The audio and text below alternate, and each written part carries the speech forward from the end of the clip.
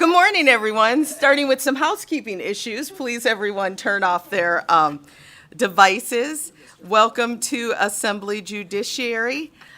Secretary, will you please take the roll? Assemblywoman Bilberry Axelrod. Here. Assemblywoman Cohen. Here. Assemblywoman Considine. Present. Assemblywoman Gallant. Assemblyman Gray. Assemblywoman Hanson. Here. Assemblywoman Hardy. Here. Assemblywoman LaRue Hatch. Here. Assemblywoman Marzola. Is this the first time you're walking in? Assemblywoman Mosca.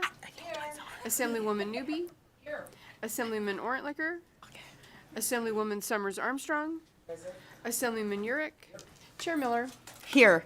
And please mark Assemblyman Gray and Orndlicker both present when they arrive. And yes, Vice Chair Marzola will be back as well.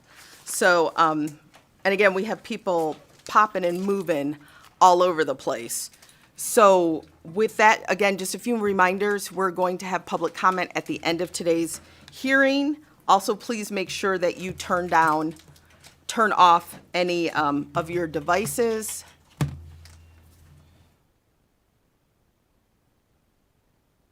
Senator, I see your presenter went back outside.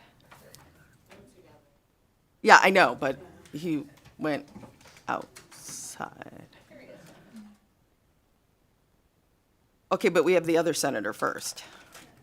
No, the other senator who's not here.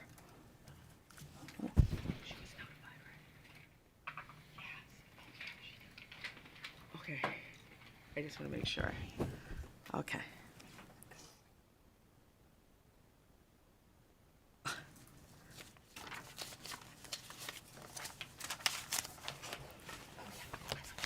Okay. All right, let me just. Okay. Well, that will give her some time. All right, so today on the agenda, we have 3 bill hearings. We're obviously going to take them out of order. And we will begin then with Senate Bill 389, which is presented by Senator Scheibel and is a measure revising provisions related to crime.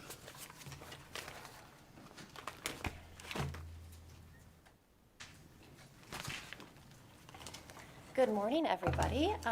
My name is Melanie Scheibel. I am the state senator for District 9. Happy to be in front of you today discussing SB 389. SB 389 is a joint effort between myself and the minority leader, Senator Severs-Gansert, who may or may not be joining us depending on the mechanics of the finance hearing. So I'm happy to give you a little overview of the bill, walk you through the bill, and answer any questions that you might have. The bill has 2 components. The first component of the bill, which is contained in sections 1 through 3, clarifies and expands some language around the crime of soliciting or trafficking a child. So basically, the purpose of sections 1 through 3 is to ensure that we are addressing people's intent when they act, as opposed to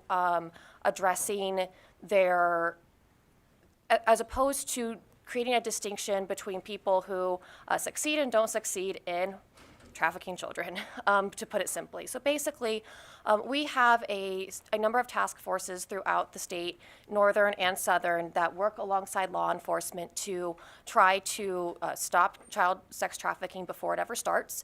And one of the ways that they do that is by posing as children online. And so, because that is one of the main ways that children are targeted for trafficking. And so we have law enforcement officers who will pose as children, who will create an online profile, who will be on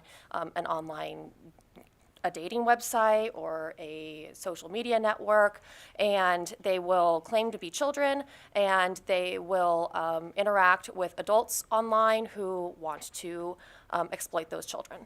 And so the purpose of sections 1 through 3 of the bill is to ensure that a person who is online seeking to meet up with, receive pictures from, talk to, interact with a person who they believe to be a child is treated the same as somebody who actually does that, because their intent isn't different, regardless of whether or not the person on the other end of that email, of that text message, of that instant message is an actual child or person posing as a child. And so the purpose of sections 1 through 3 is to align the penalties for people who actually traffic children and attempt to traffic people who they think are children are the same.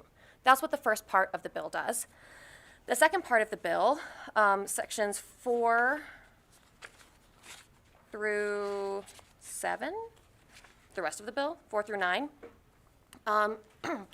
requires every sex trafficking or human trafficking prevention agency, organization, law enforcement agency within the state to participate in the CSEC, which stands for the Commercial Sexual Exploitation of Children database, which is being expanded to include not just cases involving children, but cases involving adults, and is housed at UNLV.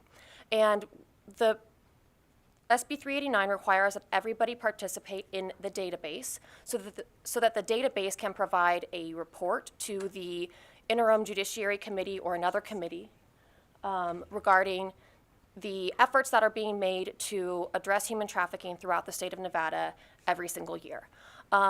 I've been doing this work for 6 years now, and every year we come to the legislature and we talk about human trafficking, and we talk about prevention, and we talk about making small incremental steps to try to stem the tide.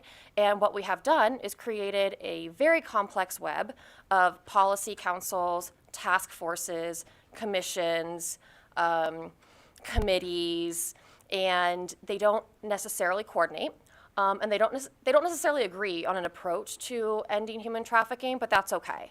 The purpose of SB 389 is to ensure that we're getting accurate data about how many people are being served in the state of Nevada by victim resources organizations, how many people are having law enforcement engagement regarding human trafficking, and that all of that information is centralized so we can start to make better data-driven decisions regarding how we address human trafficking here in the state of Nevada. The structure of that second part is to require everybody to participate in the database, and then the database will provide the report to the interim committee.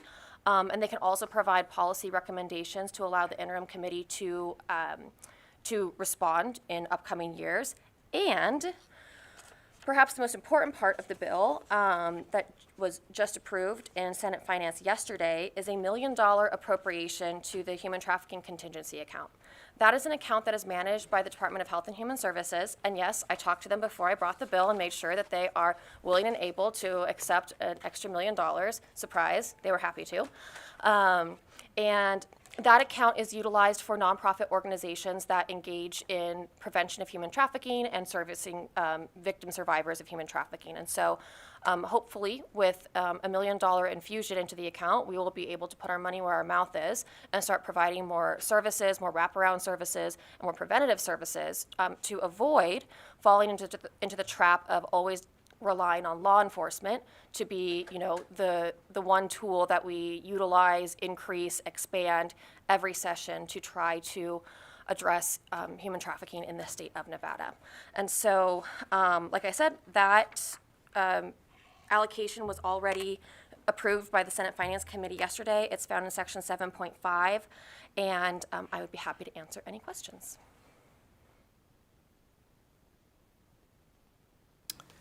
Okay, thank you for that. We do have some questions, beginning with Assemblywoman Cohen. Thank you, Chair, and thank you for the presentation. I'm not quite sure how to ask this without sounding glib or making light of this, but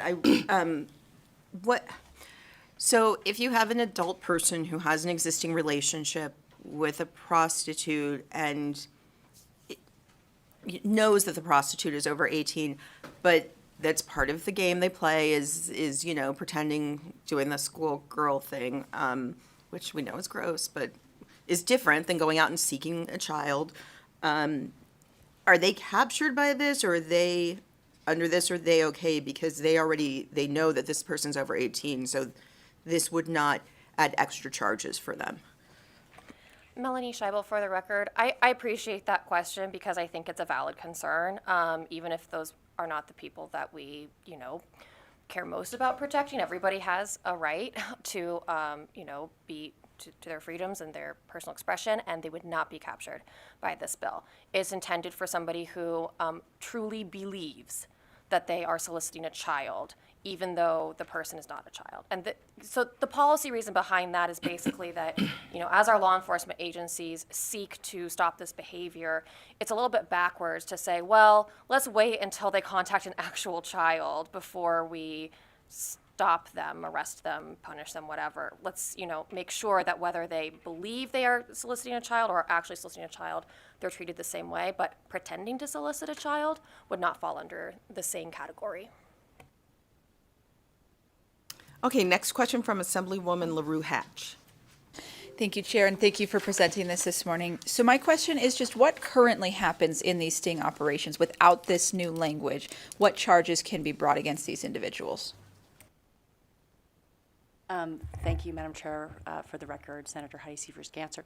So, Welcome, Senator. Thank you. And we worked with law enforcement on this bill, and they would have normal penalties. It would not be the higher level of penalty. So this is an enhanced penalty. And just kind of to speak to the bill. I'm sorry I was late. You flipped the order, and I was over in finance. We were waiting on Senator Harris, and now she's here. So and we're both in the same committee. Yeah. Not my fault.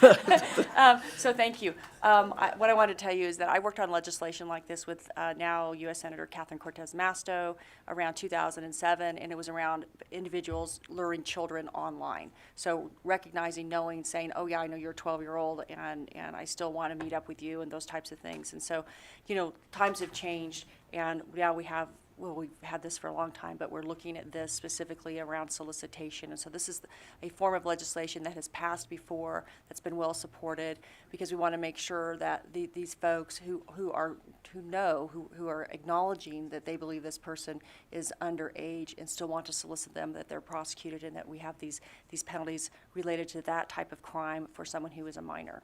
Thank you. Thank you. Our next question is from Assemblywoman Newby. Thank you, Madam Chairwoman, and thank you for the presentation on this bill. In section 4, subsection 1, it speaks to the submission of operating budgets and policies and such to the center. And then later in that section, I believe it's under subsection 5, it says that the center shall compile all of that information and prepare a report and submit that to LCB for the Joint Interim Standing Committee on Judiciary. But I'm wondering, rather than just compiling the policies and procedures of the various groups within the state, or rather, not rather than, but in addition to doing that, I'm wondering if your thought is that perhaps the center or someone would make recommendations on making sure that the treatment of those crimes and victims is consistent throughout the state, or making recommendations for best policy practices as well.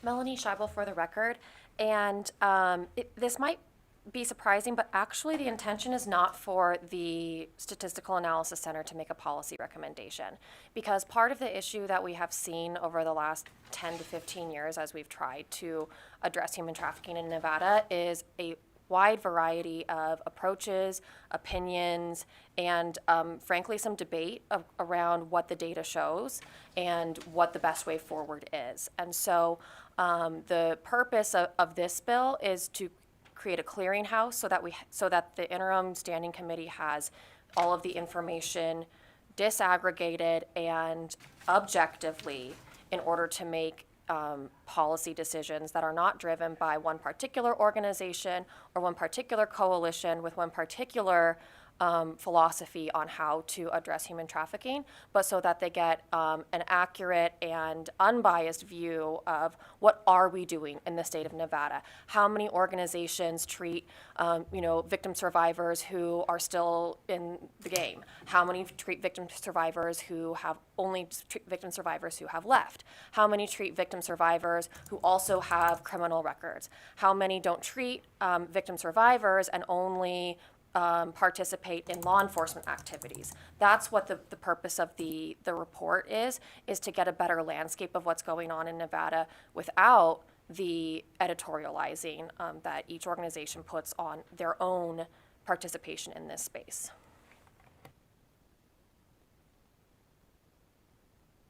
Thank you. Our next question is from Assemblywoman Mosca.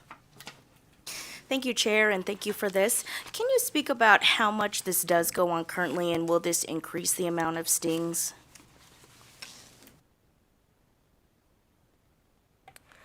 Melanie Scheibel, for the record. I don't have that information in front of me right now. I do know that law enforcement does do these.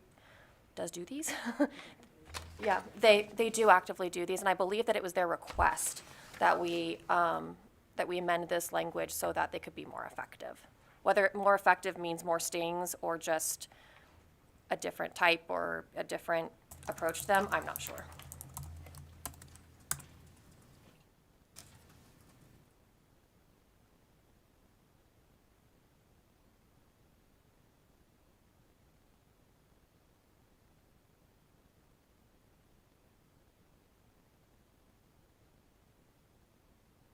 I'm just waiting on questions.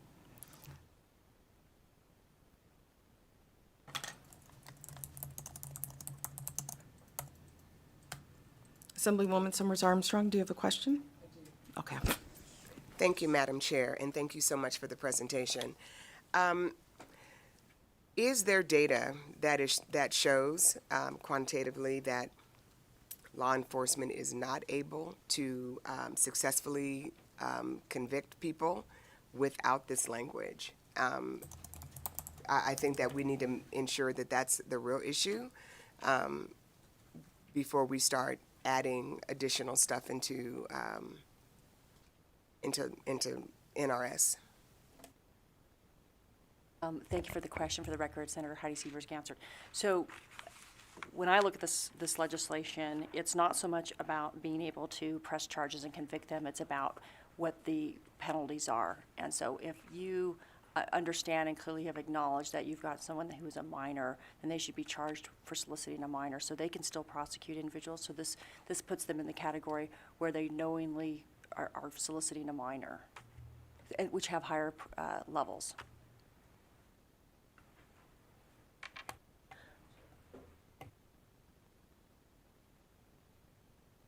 So I am hoping that you can kind of break this down for me. So let me give you an example. We have someone who's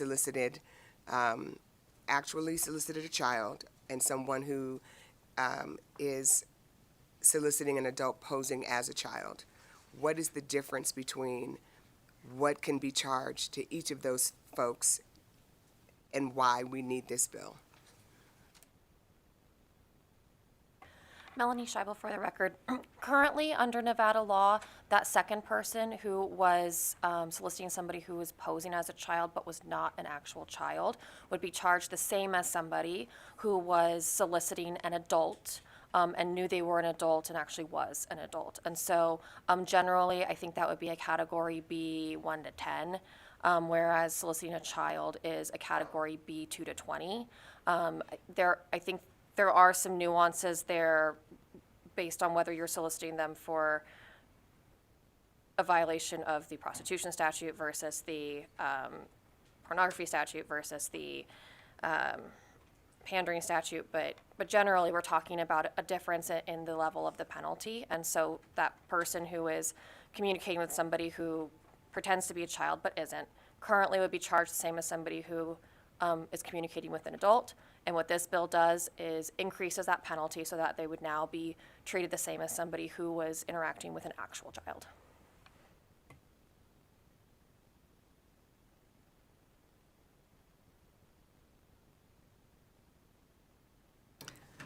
I don't see any additional questions from members right now, so I'm going to go ahead and ask mine. Referring to, let's see.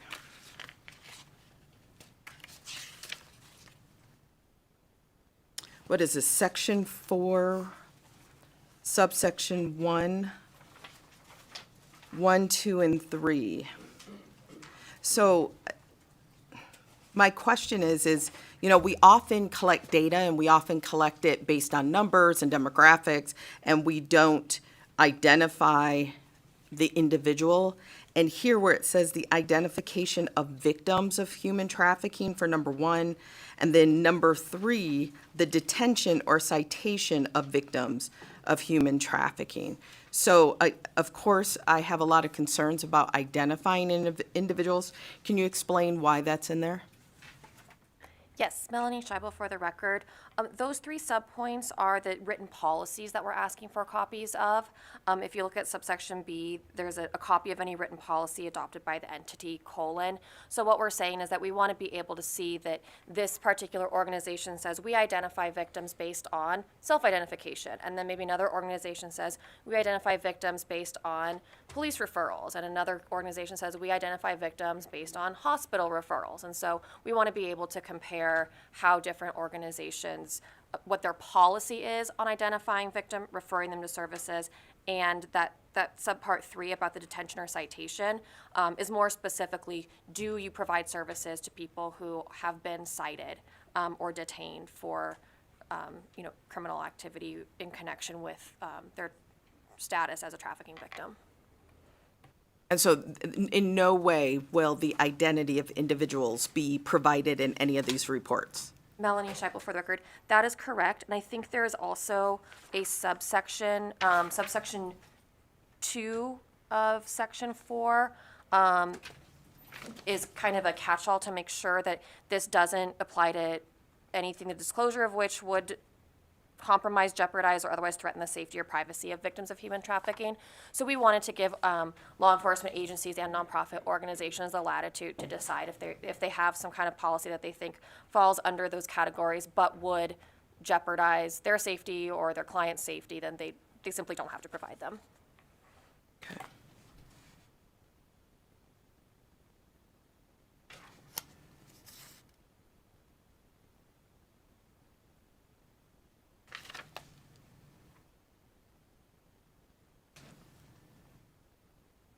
All right, I don't see any additional questions from members at this point, so we'll go ahead and open it up for testimony.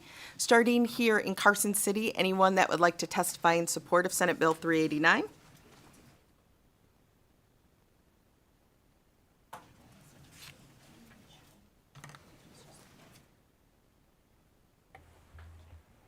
Got an 8:30, so I'll go first. Would you like that in the record, sir? For the record, my name is Marco Rauda, M-A-R-C-O-R-A-U-D-A. I'm here on behalf of the Embracing Project. The Embracing Project is a program. Essentially, the way it works is if a young woman gets caught working on the strip, instead of going to jail, a social worker from the Embracing Project gets a call, and they start providing services for her, whether it's housing, whether it's GED classes, whatever it takes to be able to get them out.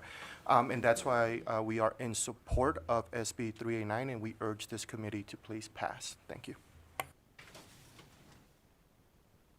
Thank you, Madam Chair. Members of the committee, Reagan Comas with R&R Partners here representing Awaken this morning, and we'd like to voice our strong support for SB 389. We have worked with Senator Scheibel and Senator Sievers-Gansert on the data collection piece, and we are in support of that. I think it will give us an opportunity to really look at the entirety of the state, as well as the extended time period for the VOCA grants. That funding mechanism is something that's important to us, as our survivors sometimes have gone through so much trauma. There is additional time that's needed for them to be able to access that. And then as well as obviously the funding mechanism is something that is so important for us as a nonprofit, and so we appreciate that. Thank you so much. Good morning, Chair Miller, Assembly Committee on Judiciary. My name is Chris Reese. It's R-I-E-S, and I represent the Las Vegas Metropolitan Police Department. We're in strong support of SB 389, and I definitely want to thank Senators Scheibel and Sievers-Gansert for their work on this issue, and we look forward to working with them in the interim. And again, we support 389. Thanks. Good morning, Chair, members of the committee. Serena Evans, Policy Director for the Nevada Coalition to End Domestic and Sexual Violence. Echoing the sentiments that came before me, thank you to the senators. We are in strong support of the data collection. It will really allow us to be able to implement some meaningful statewide legislation, as well as the increased time frame for VOCA. That's an extremely victim-centered approach, so thank you. Is there anyone else here in Carson City? Then we don't have a room in Las Vegas today, so broadcasting, will you go to the line, open the lines, please? To testify in support of Senate Bill 389, please press star 9 now to take your place in the queue.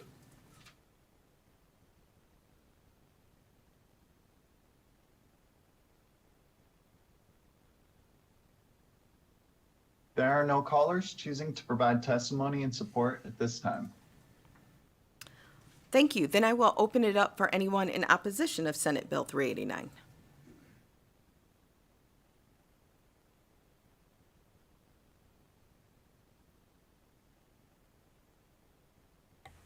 Good morning, Madam Chair. John Pirro for the record from the Clark County Public Defender's Office. I only want to address sections 1 through 3, and here's why I want to address that. First, I do want to say that I'm grateful that we're providing a grant and money to study this area. I think this is an area that needs to be studied. Prior to 2013, sex trafficking was not a crime, and ever since then, our legislative body saw a problem, addressed a problem, and we've been going in that direction for a long time. But I do think it's time that we study it and figure out the best way to help victims of this crime, because they are indeed victims, and we do want to protect them. One of the things that I'm concerned about with the sting is, one, lumping this into sex trafficking. I think we should figure out what that definition is, what the conduct is, not throw everything into that bucket of the conduct, and really focus on curing that problem. Because whenever I talk to my colleagues from the victim advocate space, we keep saying that Nevada is one of the worst, right?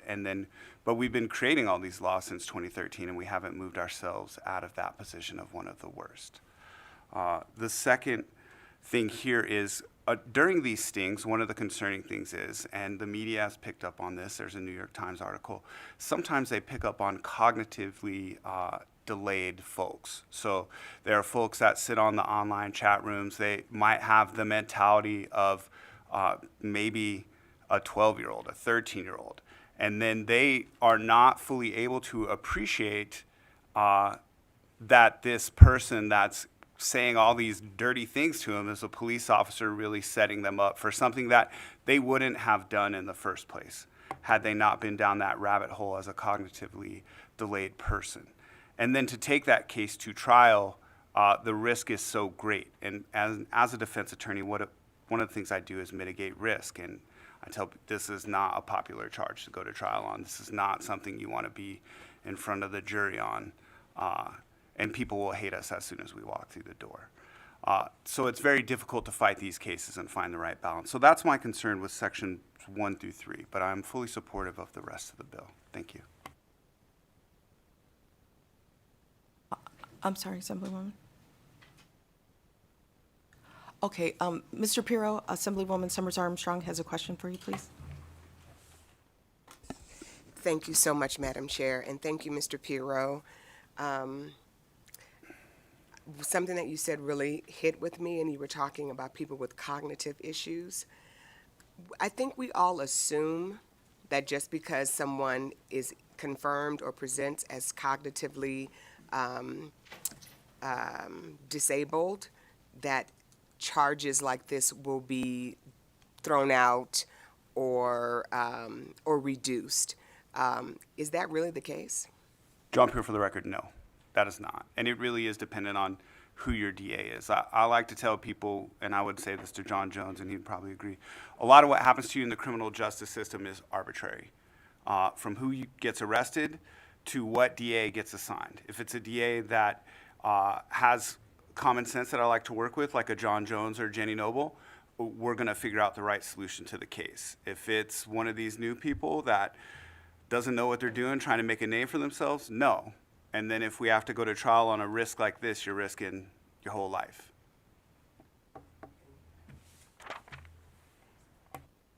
Assemblywoman Gallant.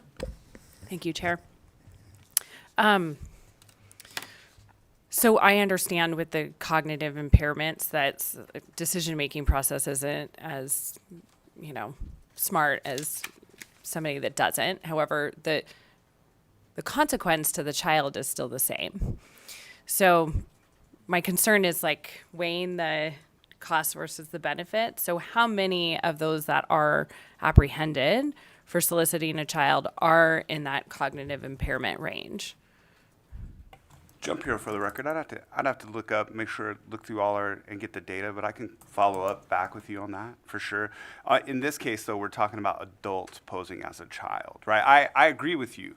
I want to catch the bad actors, and I think when you're looking at this, it's like common sense. Like, okay, if you're talking to somebody online, the moment they say they're not of age, like conversation over, stop, over, right? But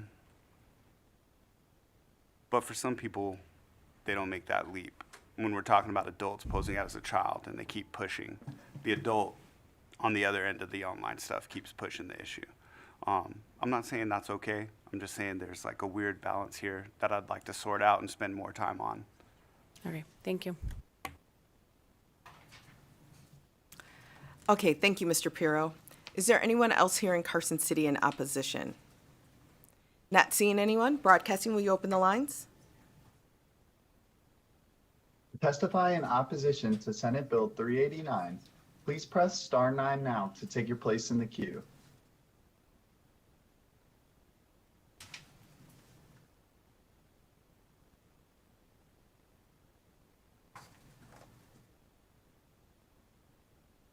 Good morning, Chair, members of the committee. My name is Erica Roth, ERICAROTH, on behalf of the Washoe County Public Defender's Office.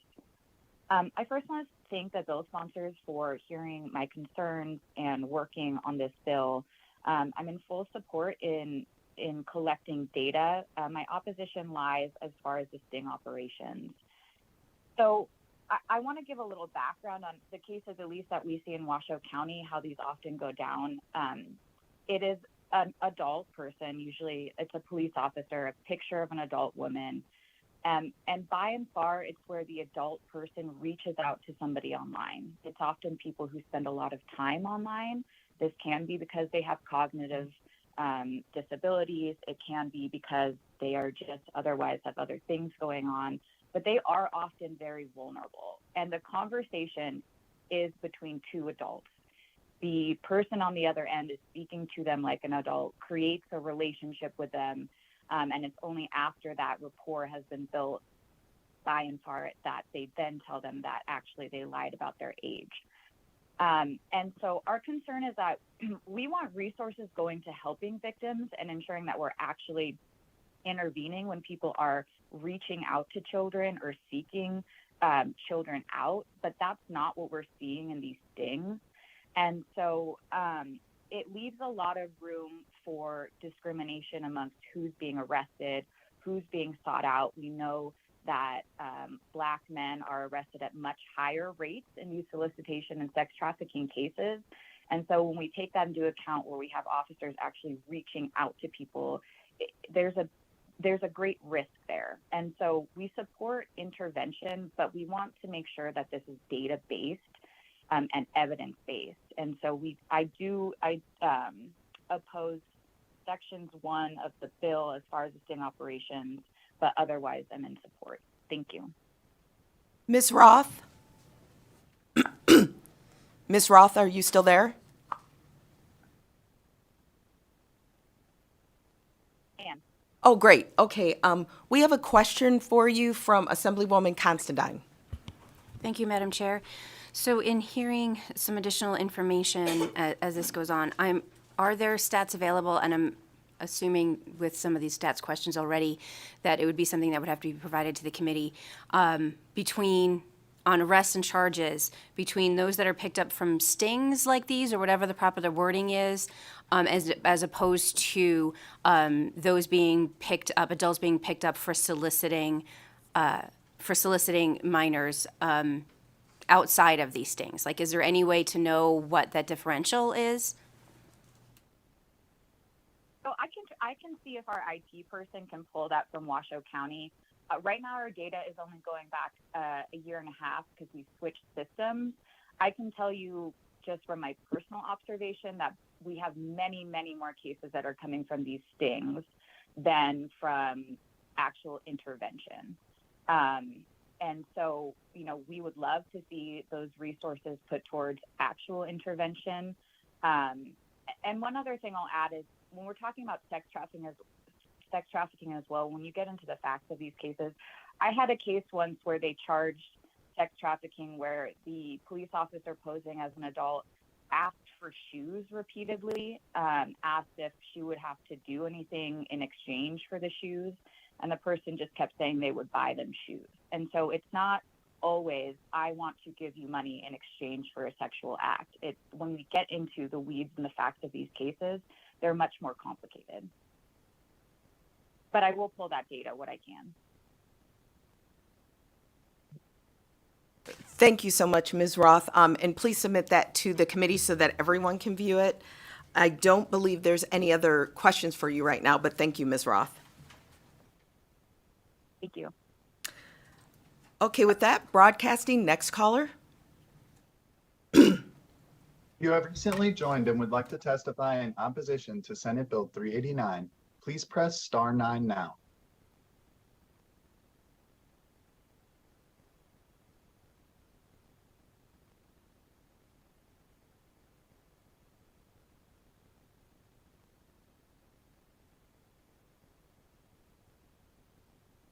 Good morning, members of the committee. My name is Caitlin Gwynn, Caitlin Gwyn. I'm calling from a community group of former survivors, sex workers, researchers, and resource providers. And while we are extremely excited about the increased study and ability to understand the causes and nuances of human trafficking and arrest surrounding sex work, we really need to speak in opposition against these stings. We know that there are many causes that lead to violence in the sex industry and lead to increased trafficking, and increasing criminalization only pushes folks farther underground, makes it more difficult for them to access resources in order to get out of coercive situations, and really refocuses the money and the interest away from assisting people who are in coercive and violent situations. We absolutely do not support children being coerced. We are 100% against that, and we do believe that our goals are aligned. We do not think that increasing the stings in this manner is actually doing anything to help children who are being coerced. We believe that law enforcement already has the tools that they need to go after these bad actors, and instead is refocusing this energy to further push folks underground and away from access to the resources that we need. We think in general, this push towards what we call the Swedish model or the Nordic model is a push in the wrong direction, and we would love to consider conversations during intersession about how to approach this nuanced topic with all actors in mind, focusing on safety. Thank you so much.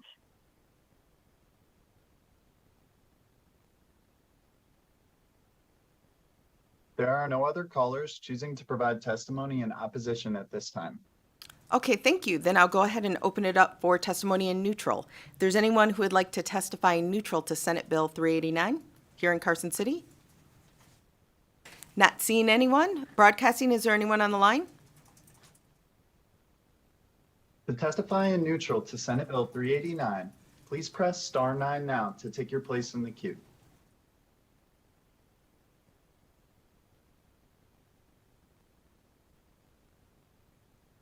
There are no callers choosing to provide testimony in neutral at this time. Okay, thank you. Then I will welcome the bill sponsors back up for any final remarks.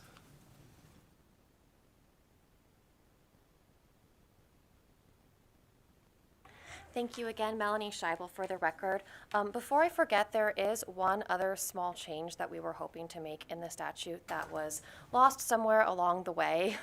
The account that the $1 million appropriation was approved for is currently called the contingency account for victims of human trafficking, and we're seeking to rename it just the account for victims of human trafficking, because the word contingency, while it doesn't hold legal meaning in the state of Nevada, it does kind of have a connotation for meaning it's only in emergency situations, and it may be preventing people from applying for the funds or preventing the manager of the funds, the Department of Health and Human Services, from accessing other grants and funding mechanisms, and I don't really see any reason that we can't remove the word contingency, so I wanted to mention that before I forgot. And then I do want to, thank the people who called in opposition and came up in opposition. They have spoken to me about this bill, and I am open to an amendment on it. Obviously, at this late hour, it's less viable than it was a month ago when we first started these conversations, which is not to say that they haven't been working hard and trying to come up with something. And I think that Assemblywoman Considine really touched on the most important issue here, which is the purpose of the second half of the bill, which is gathering the data, because we don't have the data to tell us from a policy perspective whether stings are effective, whether stings are being overutilized, underutilized, whether they're being effectively utilized. We just don't have the data. And so I want to speak a little bit personally in my role as an attorney, both as a prosecutor and as a defense attorney. When this bill idea was brought to me, I kind of thought it through in this way. And without having the data, I think, to make the policy-driven decision, I make the legally driven decision. And from a legal perspective, when we're talking about culpability for criminal action, intent is part of the crime. Intent is part of the consideration. And proving intent is a common part of the criminal system. And so it made more sense to me that somebody who intends to solicit a child be treated the same as someone who actually solicits a child, rather than being treated the same as somebody who intends to solicit an adult and actually solicits an adult. I do think that there are good arguments on both sides.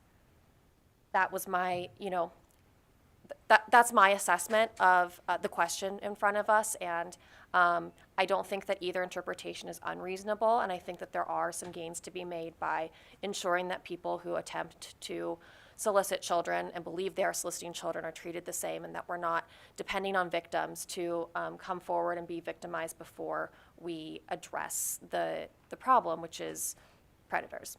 And I'd like to allow my colleague to make some final remarks, and then I think we'll be done. Thank you, Senator Scheibel. Thank you, Madam Chair, for the record. Senator Heidi Seevers-Gansert. I think some of the opposition, they came to me yesterday, and they've sort of muddied the water. When I was talking about child luring, that legislation passed in 2009. Senator Catherine Cortez Masto and I worked together on that. So if you're talking about online, you right now can be prosecuted if you willingly are trying to lure someone who you believe the intent is you're trying to lure someone who's underage. That is already in statute.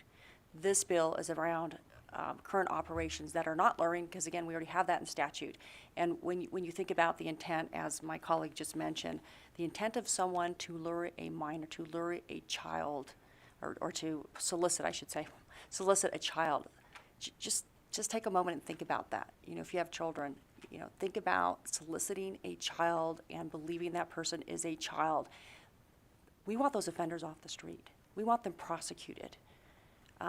So I don't want the opposition to confuse you about what this bill does. This is about individuals who believe that they are trying to solicit a minor.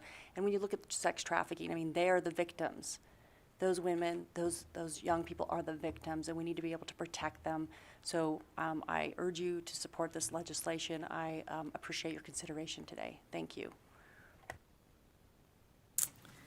Thank you so much. And with that, I will go ahead and close the hearing on Senate Bill 389. Now, Senator Harris said she was going to be right back, but I think she has her own hearing going on. I know hers will go quickly, but we will go ahead to our next bill, because I know you have all of your co-sponsors and everyone with you. So we're going to go ahead and open up the hearing for Senate Bill 307.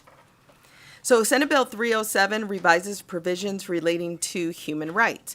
It is sponsored by Senator Spearman and co-presented by Nick Shepak from Fines and Fees and Lilith Barron from ACLU. So with that, your hearing is open. Please proceed when you're ready. Thank you, Madam Chair.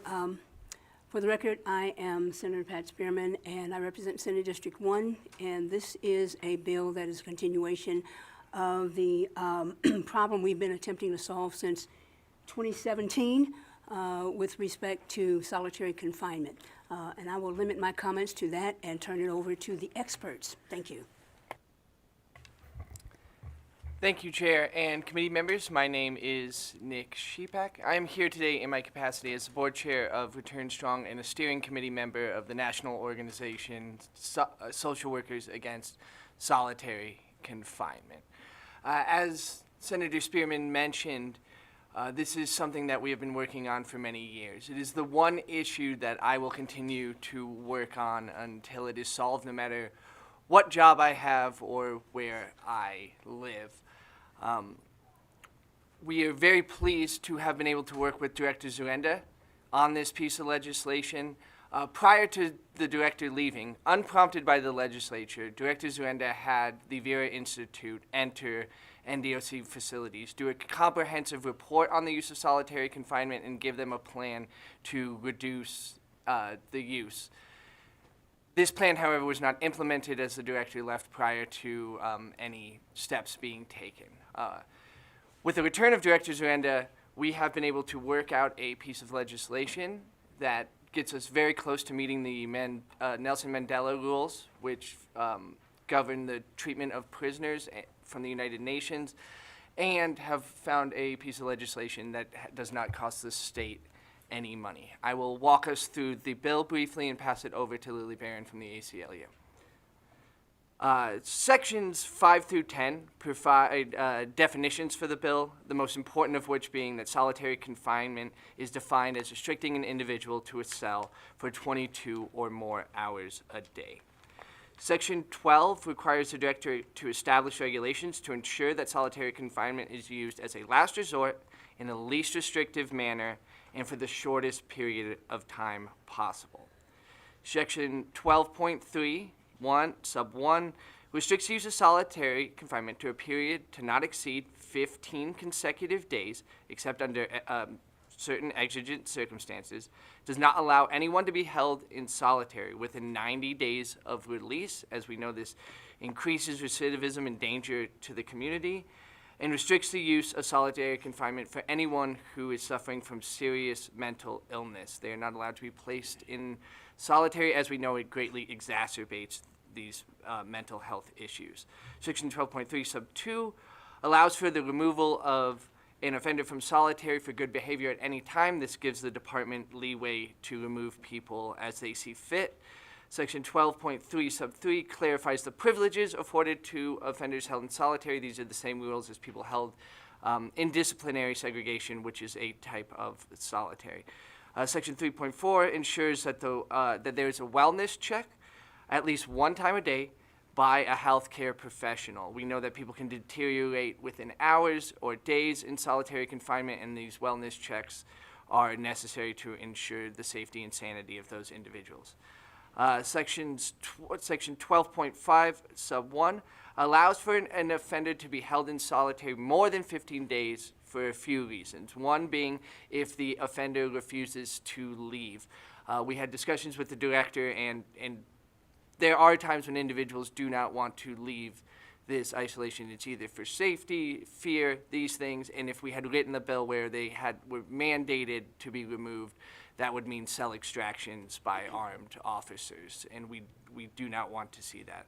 A medical professional recommends an offender be held past 15 days due to medical necessity.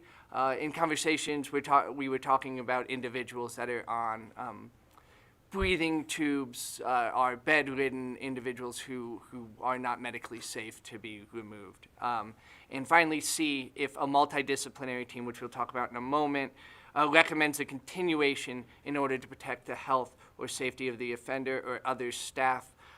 The director talked a lot about individuals who are openly expressing suicidal or homicidal ideation at the end of the 15-day period. Section 12.2.5, 12.5.2, if an offender is held in solitary past 15 days, they may only be held for a maximum of another 15 days, and they must be removed for a period and reevaluated by the multidisciplinary team. Section 12.5.3 requires a multidisciplinary team to create individualized plans for everyone held in solitary to ensure successful reintegration into the general population. This section allows members of the team also to participate in these plans remotely if necessary. And this is something we're missing right now in the state, which is we place people in solitary confinement. There is absolutely no plan for reintegration. And people can spend currently anywhere from months to years in solitary confinement. Section 12.5.4 requires an offender who refuses to leave solitary, so any of those people we talked about earlier, may request at any time to be released from solitary and must be released within a 24-hour period. So if somebody does refuse at the end of that period and decides within the next day or the next week that they want to leave, they have to be removed within 24 hours. Section 12.5.5 requires the multidisciplinary team to submit a report to the director regarding anyone who is held in solitary for more than 15 days and lays out what must be in the details of that report, including the plan to remove that individual from solitary. Section 12.5.6 lays out the requirements for keeping records of meetings or discussions regarding the offender held in solitary, and who must be placed on the multidisciplinary team. This multidisciplinary team includes a correctional officer from the unit of the offender, a mental health clinician, a caseworker, a correctional supervisor, an associate warden, and any other staff deemed necessary by the director. Section 12.3 lays out training requirements for staff who deal with individuals in solitary confinement, ensuring that everyone is properly able to deal with people that we are holding in these conditions. And Section 13.5.7 requires the department to submit an annual report on the use of solitary to the legislature or the interim Judiciary Committee, depending on the year. This will allow us to determine how effective the policy is and to really have an ongoing understanding of our use of solitary confinement here in the state. And finally, Section 17 makes the bill effective upon passage for the purpose of adopting regulations and performing preparatory administrative tasks, and the bill must be implemented in completion on January 1, 2020. And I will pass it over to Ms. Barron from the ACLU. Good morning, Chair and members of the committee. My name is Lilith Barron with the ACLU of Nevada. I would like to thank the sponsor and everyone who's worked very diligently on this bill for several sessions. I would like to just take a moment to highlight some of the effects of solitary confinement. It is one of the most consistently researched policies within the prison system that there is. It is overwhelmingly researched, and you have before you the most recent research. I apologize for not getting it in earlier. As you can see, it was published in May of 2023. So this is brand new data, and it is very well done. A lot of what we would like to highlight is that solitary confinement survivors really experience mental and emotional and physical disparities that cause irreversible neurological damage very early on within the process. Most people who commit suicide while in solitary confinement do it within the first 5 days. We are talking about trying to restrict the amount of time that someone is in a solitary unit in restrictive housing to 15 days. And I have personally met and spent time with people who have spent years within solitary confinement, and it is incredibly disturbing to hear the way that we are treating those folks in restrictive housing. Human beings have one thing in common that I think we can all agree about, and it is that we are by nature in need of human interaction with each other. To deprive someone else of interaction with another individual for such a long time is just against who we are by nature. It is not how we are created to be as a species. These meaningful connections are absolutely imperative that to reduce recidivism as well once these people are on the outside. Releasing someone who has experienced torture on these levels to the general public is extremely dangerous. Those confined in solitary are more likely to suffer from heart disease, heart attacks, strokes, and loneliness. And when they return to the outside community, including some of the other things that occur are suicide, homicide, drug overdose, and other associated violent deaths and crimes. So some of the data that I would like to highlight in the report that you have before you, I think is really important to preface how incredible the opportunity we have before us here is to make a global stance on solitary confinement as a state who is almost the worst or is the worst on this issue. So if you'll look at Mississippi, with a prison population of 13,441 individuals, has a rate of 4.7 placed in restrictive housing. Florida, with a population of 84,751, has 12.9%. Arkansas, which is 14,825 people, has 13.5%. The average nationally is 6%. Nevada's prison population is 12,202, and we have 25% of people in restrictive housing as of May 2023. We absolutely are elated to have worked with the director to bring us to UN standards on torture and the Mandela rules, and this would be a historic achievement if we do pass this legislation. So I urge you to please consider this data and consider us to have an opportunity before us to be a leading example in how we treat those who have offended and who are placed in restrictive housing. Thank you. Thank you, Madam Chair. With your permission, I'll just make a couple of closing comments for this point. One of the reasons that I started this in 2017, I was chairing Health and Human Services and had a number of the agencies to come and talk about what they were doing and within that realm. And Director Zrinda mentioned some statistics, real life statistics, that made me come up out of my chair. And that was when he got there, he found there were some severely mentally ill inmates who had been in solitary confinement for, I believe it was more than 5 years. And so absent guardrails and guidelines, and we know that, people who are in prison, some are guilty, some are not, but all of that aside, they're still human beings. And so what we have put forth in this bill is something that was developed in relationship to how Nelson Mandela, what he felt when he was in prison and how he overcame. And so it's very important that with the restrictive housing that we have, as you can see, we're really an anomaly. We're outsized with respect to that. And so we've got to have this, and it closes some loopholes from the bill that we had in 17 and 19. And so we really, really, really, really, really hope that you all will take this into positive consideration. Thank you. Thank you so much for your presentation. And I would just like to, Ms. Barron, when you say, we are, as a species, created to be together, to interact, to have physical and emotional connection. I don't think that was ever proved so vividly to many of us until COVID.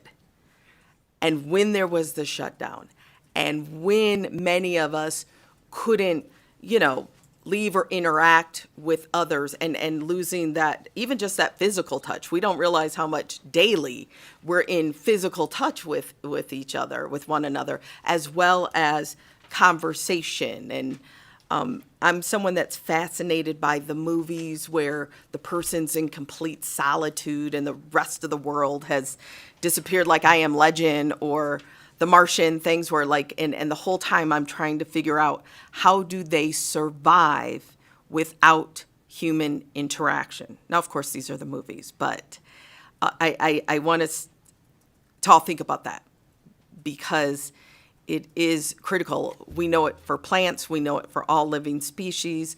We know for child development how important interaction and physical and social interaction is. So that just really struck a chord with me. Thank you for that. We do have a few questions. We will start with Assemblywoman Gallant. Thank you, Chair. Just to comment on how important physical touch is, early on when I was studying my master's, they did this. So when preemies were born, they used to have them this like sealed, very sterile, okay, and the babies would cry and they were dying. They couldn't survive.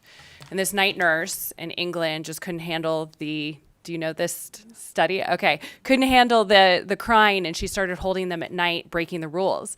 And then the preemies started to live, and the doctors were trying to figure out what was different, and she finally came clean, and then we realized that babies need human touch. So just that little piece of information. However, here's my question. I'm looking at these numbers. 25% is like crazy, okay?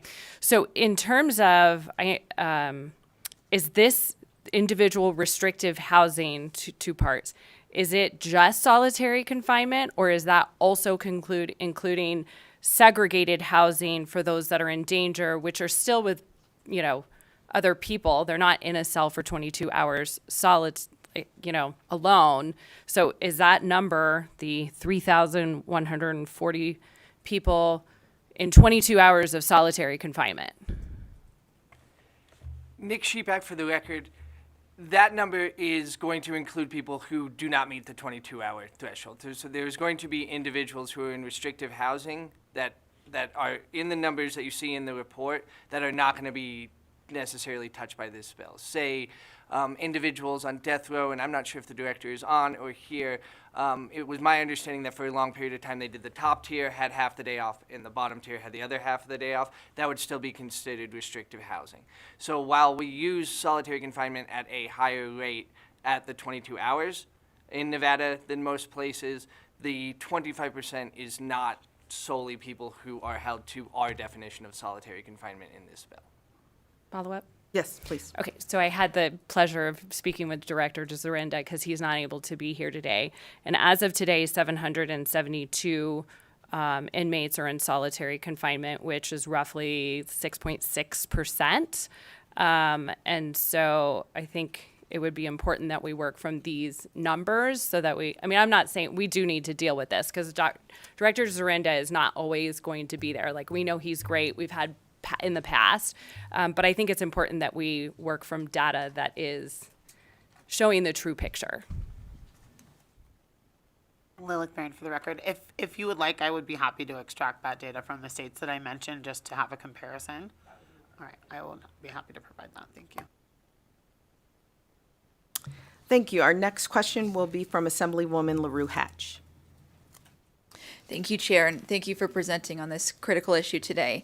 I think my colleague kind of led into my question a little bit, which is obviously we have a current director, which everyone seems to be much happier with, but he won't always be there. And so those changes, if they are being reduced right now, is that because of policy changes in the director?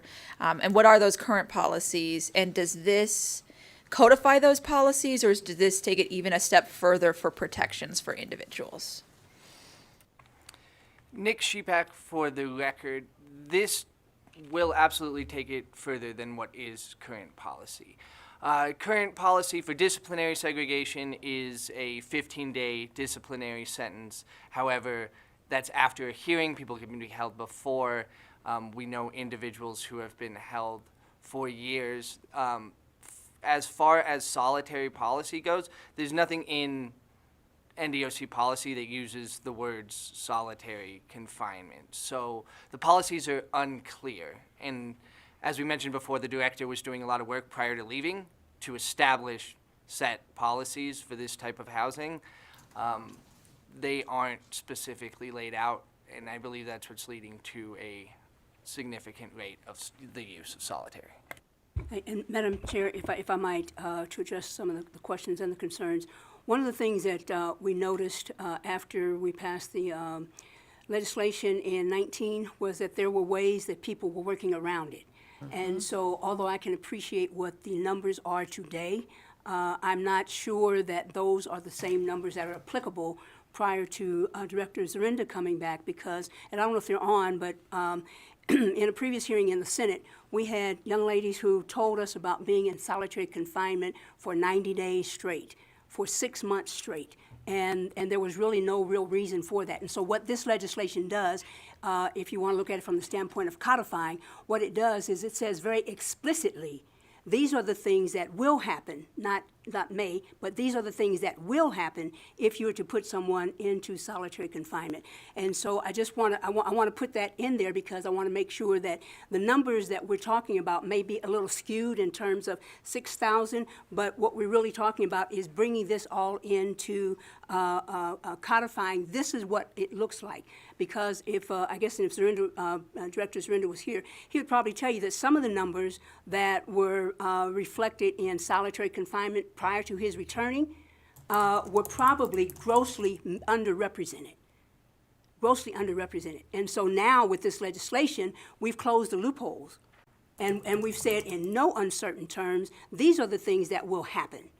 And these are the things, if they don't happen, then these are the penalties thereof. And so I really need the committee to understand this. This legislation is really designed to close loopholes and to make sure that it's not just the numbers, because the numbers reflect individuals. So if it's 6,000, it's 6,000 individuals. If it's 12,000, it's 12,000 individuals. And I need us to understand that, and that's the only reason we're bringing this legislation, because we've got to close those loopholes. These are people. These are people. If I may also, Chair, Lilith Barron for the record, I did not mention that other similar states who have passed legislation like this have seen a tremendous cost savings as well due to the medical difficulties that often present themselves when people are in long-lasting solitary confinement. New York's found a $25 million savings by adopting a similar piece of legislation. And we could project that we would also see the same. Thank you. Our next question is from Assemblywoman Mosca. Thank you, Chair, and thank you for this. I think this is really important legislation, and I'm grateful that you've brought it. My question is just looking in this research and with who you've talked to and all your work, Section 12 says it's as of last resort. Are you finding that some of our rates are higher because do we have a missing piece in progressive discipline, or is it like automatic that people just go to solitary? Or I'm just really curious about, it makes sense it should be as a last resort, but what's in the middle? Nick Sheepak, for the record, thank you for the question. And there does appear to be a missing piece in the state of Nevada. The director has said many times this session that he hopes that one of the things that will fill that gap is the tablets. And he wants to bring a level of scaled discipline. It does appear from talking with members of Return Strong that solitary is used often as a first resort in some prisons. Not always for an extended period of time, but it is a go-to sort of punishment in some places. So by ensuring that it's used as a last resort, we will ensure that the director creates regulations that have a sort of scaled discipline. That maybe you lose rec time first. Maybe you lose access to, certain items that aren't life-sustaining prior to being placed in isolation. There was a long period of time in the United States where solitary was throw them in the hole was the first move. And it's taken a long time and a lot of conversation for the entire country to start thinking this is what we should do last, instead of it being somebody acted up, send them to the hole, which is just a traditional American punishment in prisons.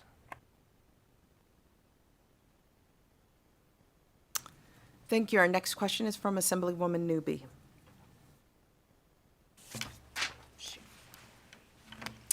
Thank you, Madam Chairwoman, and thank you for bringing this bill. I think it's a really important thing to bring, especially if we're considering rehabilitation of these individuals to rejoin our society. I'm curious, though, about Section 10, the definition of solitary confinement. And it seems to, in that definition, it imparts an intent of the system, I guess, in terms of putting in solitary confinement. And previously in this session, we've heard from the department that because of their struggles with staffing, that sometimes they do have to lock down, and just because they don't have the staffing to address folks getting out of their cells and doing their normal course of visitations or recreation. So I'm wondering, in your experience with NDOC in most recent past, with the personnel issues that they've had, do you find that solitary confinement is even more restrictive now, or how is there, or is there an effect, I hope I'm making sense here, on restrictive housing because of staffing versus restrictive housing as you've defined it in Section 10, which seems to impart an intent of punishment? Nick Shebeck for the record. Thank you for this question. And first thing I would do is point us to Section 10.2, which is for the security or orderly operation of the facility or institution.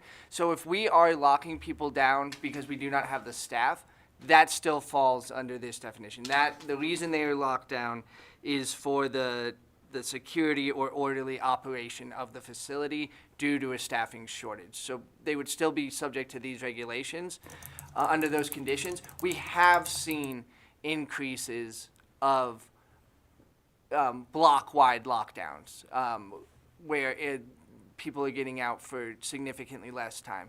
The goal here, and I believe the director is moving towards this, is to ensure that even when you have those staffing shortages, and it might be absolutely necessary until we get the staffing to close some tiers periodically, that it is not for more than 22 hours a day, right? That we are making sure that there are periods of time where people are out of their cells, whether that's through rotating different individuals in different blocks, or when you have full staff letting everybody out, however they choose to approach that. But we really saw these issues start snowballing during the pandemic, where we used system-wide lockdowns as a method of stopping the spread of the virus. And we haven't seen, it's gotten better, but we have seen that extend far past what we would consider the end of the peaks of the pandemic. But I do believe that even just locking people down due to staffing reasons would fall under the regulations of this bill because of the definition. Thank you for that question, Assemblywoman. And I do believe, I mean, we know that staffing issues has been a part of this. And that is an ongoing issue that we're trying to address, but can't avoid, especially when we see, according to this data right here, that it would be a quarter of our individuals. Madam Chair? Yes, If please. I might, and this is a policy committee, but I just want to say that one of the ways that we've been trying to address the staffing issues during this legislative session is looking at pay. Because one of the reasons why we can't keep people is because of the very low pay. And so the budgetary process has included the fact that we're losing some really good people, not only in DOC, but in other parts of state government because of pay. And last thing that I'll say is during my time in the service as military police officer, but I did work for a period of time at Fort Leavenworth, which is the military's version of a secure facility, and I was the operations officer. Now, I know that we had some, quote, staffing challenges then, but it's still a time when people can go back and figure out how do we still treat these people with respect.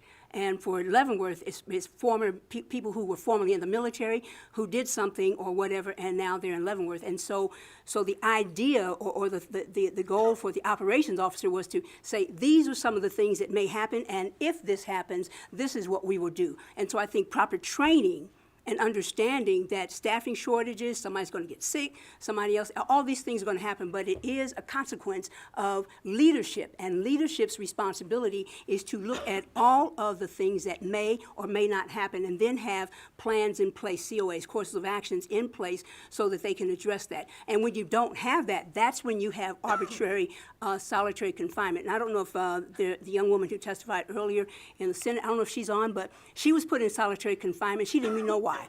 And she was there. They took her clothes.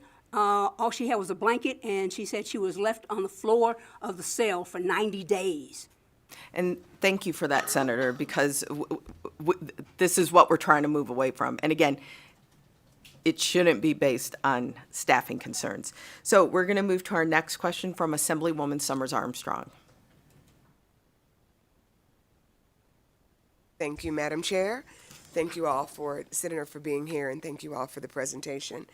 I have a couple of things I'm trying to get clear. There was some talk about reintegration in section 12.5. Let's see. I made the mark at number 5. If the offender is kept in solitary confinement for 15 consecutive days, there's going to be a report, right? And then you spoke, Mr. Shepak, about reintegration into general population. It's not written in here, I don't see, but you made this comment. Can you please talk to us about what does reintegration after solitary look like? And if we're talking about this type of a process for an individual who was coming out of solitary because of maybe a disciplinary thing, how do you do this on a broader scale if you're talking about a lockdown on larger populations because of staffing shortages and all that kind of thing? I'm hoping that we wouldn't see whole blocks locked down for 15 days because of a staffing shortage, but what does reintegration look like? And then I have a follow-up if the chair will allow. Nick Shepak for the record. Thank you, Assemblywoman, for the question. And so I'll point briefly to section 12.5.3, which requires the multidisciplinary team to create an individualized plan for anyone placed in solitary. So these individualized plans are where we're going to find that reintegration. And that is where this team is to determine what services are needed for the individual to be removed from solitary and reintegrate. So talking to the director, this can be cognitive behavioral therapy. It can be any litany of therapies. It can be contact with mental health staff and counseling. It might be that the reason that they have gotten into trouble or the reason they have ended up in solitary is that they are on a unit in which they may have a gang affiliation, or there just might be another group of individuals on that unit, and that is what is causing the problem. It is this multidisciplinary team's duty to determine this individual would be safer here. So reintegration could be as simple as this person needs to be placed in another location. It could be as complex as we need to get medication right, we need to get therapy started, and we need to write a more detailed plan. And that's why, and this was, in conversations with the director, very important that these plans are individualized. There's not just a get out of solitary plan. It is a team that meets with the individual to determine what they need to safely be reintegrated back into the general population. And so that's that piece. I would be deeply concerned as well if we start seeing like cell block wide lockdowns for 15 days or more. And I don't believe I have the proper answer to what a 40-person individualized plan for reintegration looks like, but I can promise you I'll be very loud at that point if that starts happening.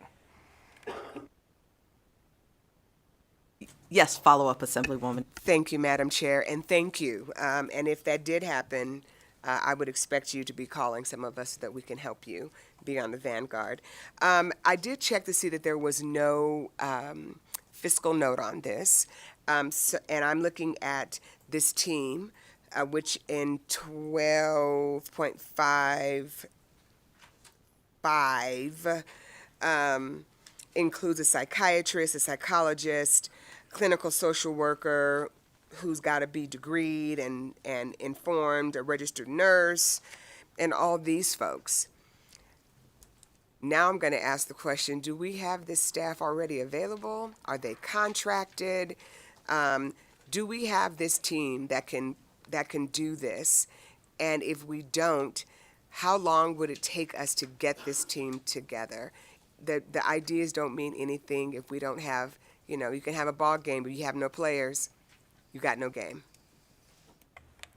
Nick Sheepak for the record, and thank you for the question. And how we landed on this is, so the list of the individuals you just read is essentially the definition of what a mental health clinician is. So there needs to be a mental health clinician on the team. Any of the individuals on the list could meet the qualifications of that mental health clinician. Originally, we had psychologists outlined in the bill. The director said we do not have enough psychologists to actually man these teams. By changing it to mental health clinician and broadening the definition, the director believes that they have staff currently at every prison to staff these teams in their entirety starting on day one. That is, he said if we needed psychologists, there would be a fiscal note on the bill because they don't have them. They also don't believe that they could necessarily get a full-time psychologist in a place like Ely, but they do have they do have people who meet the definition of mental health clinicians that could participate on these teams at every single facility currently.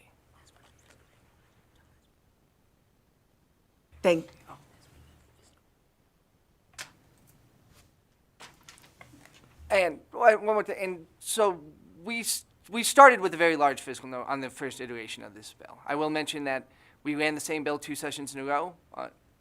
It was $50 million the first go-around. The exact same bill came back at $15 million this time. Take what you will from that. But working with the director, we were able to remove the fiscal note, and it wasn't easy. And that was ensuring that we did this right, and we had the robust teams, but that we did not exceed the capacity of NDOC, especially with trying to require them to hire people, because if they could, they would. It is not for lack of trying that we don't have more of these mental health clinicians. Madam Chair, if I could really quickly, in some of the states where they have been using solitary confinement reform, they're actually seeing a positive result on correctional officers. It takes a significant toll on the officers themselves to administer solitary confinement. If you've ever heard the sounds of what a solitary confinement unit sounds like, it's very scary. It's screaming, pleading, crying, begging. Those states that have enacted solitary confinement reform are hearing from correctional officers' families that they are having better relationships at home, that that person is displaying better mental health when they are coming home from work. So this could actually have an effect on staffing and perhaps make this a better job to have in the first place, because you're not asking people to torture other people. You're actually asking people to correct and rehabilitate. And thank you for that, because sometimes in these conversations, we forget, and it does have a dramatic impact on our staff. It absolutely does. Thank you for that. We have a question from Assemblyman Gray. Thank you, Madam Chair. Section 12.3.1B, about using solitary within 90 days of discharge from the facility. What's the purpose of that? Why shouldn't they be subject to the same rules as they are the rest of the time? Nick Sheepak for the record. Thank you for the question. A ample amount of research that the director is well aware of shows that if you place an individual into solitary confinement within the last 90 days before release, they are significantly more dangerous to society upon release. The most famous example would be where solitary reform kind of started, which was in Colorado, which was where an individual was released directly from solitary confinement to the community, and he went and tracked down the warden of the prison and murdered him directly upon release. They then started researching this deeply and realized that releasing people from solitary confinement into the population is dangerous. And that is why this provision is in here. Now, the way that our credit system works is if you have major violations prior to your release date is going to get kicked back, right? So it's not a lack of punishment, it is a safety precaution for the community in which the individual will be released. Thank you, Madam Chair. Senator Member, for the record, and to the Assemblyman, one of the things that we have to be cognizant about is what solitary confinement does. And it really creates a situation, a mental situation that is acutely akin to PTSD. And we know what happens when we have soldiers, members of the military who come back. And one of the things that happens when they come back from the combat zone is there's a stand-down period. And the stand-down period is so that they can get reacclimated to what it feels like to be in a non-combative situation. And so that's really what it's about. It's very akin to what happens with the military in a stand-down. Thank you for that. With that, not seeing any additional questions, I will go ahead and open it up for testimony in support of Senate Bill 307. Let's start here in Carson City first.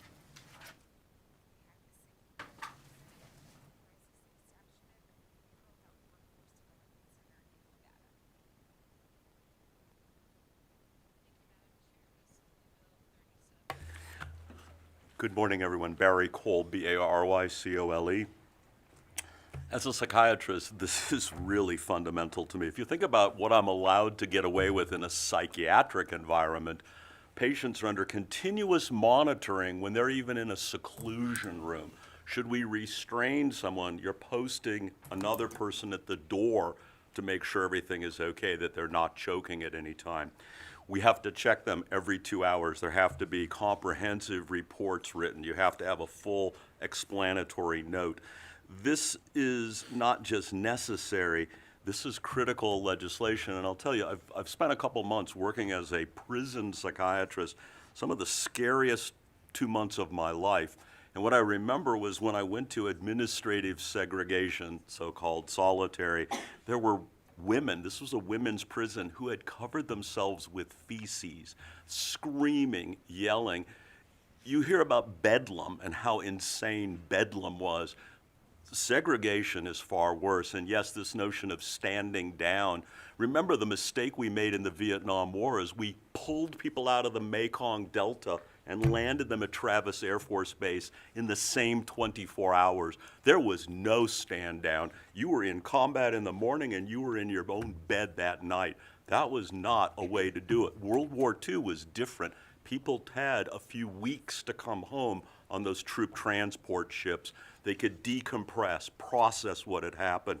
So I read this bill, and yeah, I don't think it's a very good idea to put anyone with mental illness into an isolated environment.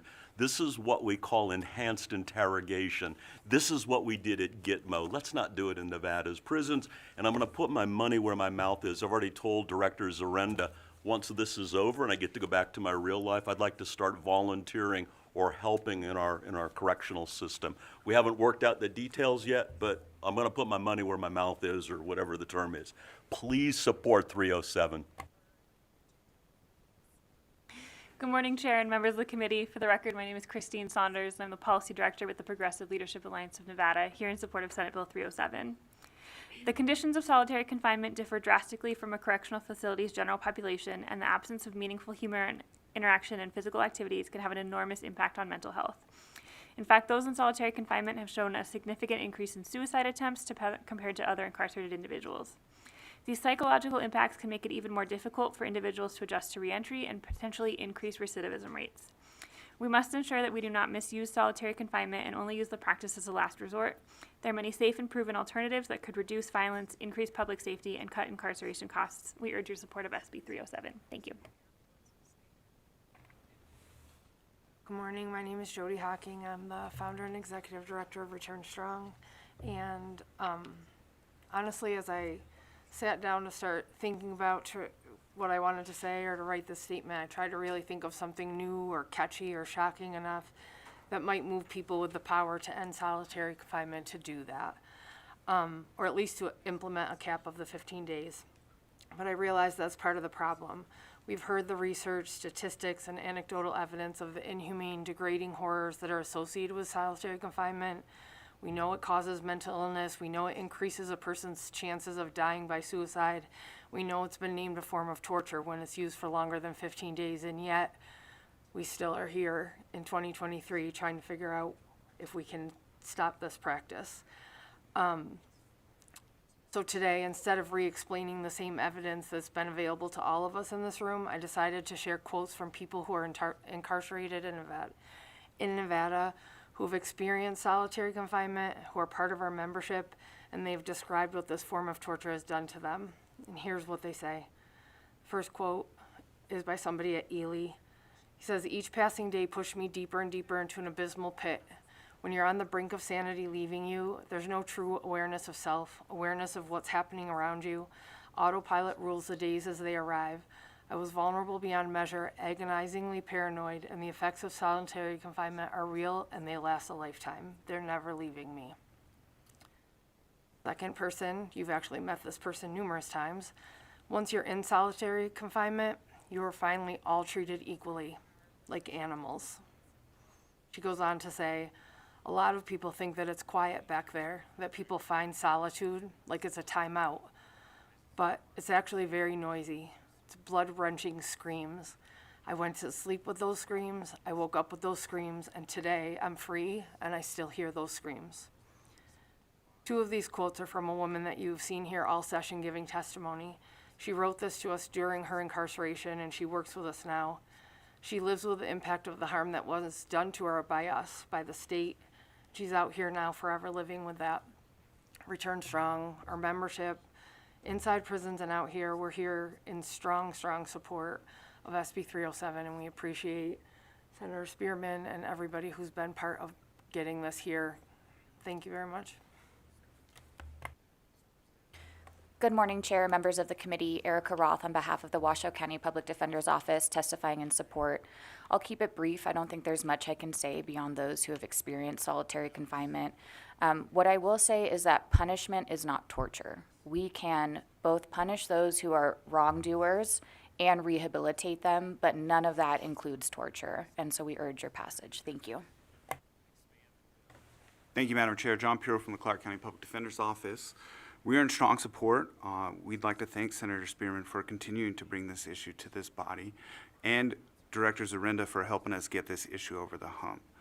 This has been a long road coming, but the purpose of policy is to make sure that we're not dependent on one person. I'll continue to say this, that losing Director Zarenda just for that 4-year period probably put the state of Nevada 10 years behind where it could be in the correction space. But we do want to make sure that policy is there moving forward to make sure that what we're doing is not dependent on one great person running an organization. Thank you.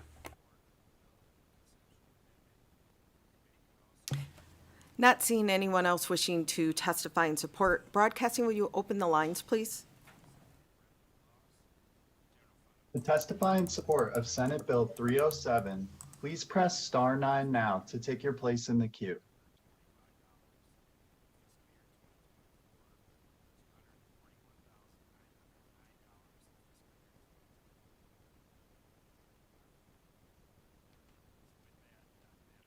Good morning. My name is Nicole Williams, WILLIAMS. I'm a board member with Return Strong, and I'm calling in today to give our collective statement on this bill. First, we support SB 307. In our work, we spend a lot of time talking to people in solitary and reading letters about the horrors of this practice for our organization. We consider solitary anyone spending 22 or more hours a day in isolation. While this bill doesn't define it exactly the same way, it is an important and significant step in the right direction to restrict the use of solitary confinement. In recent years, as people, we have begun to understand the horrors of what happens to people in solitary confinement, physically, emotionally, and psychologically. It is torture. Before doing this work, I used to think that solitary was saved for the worst of the worst, people who had no redeeming qualities as human beings.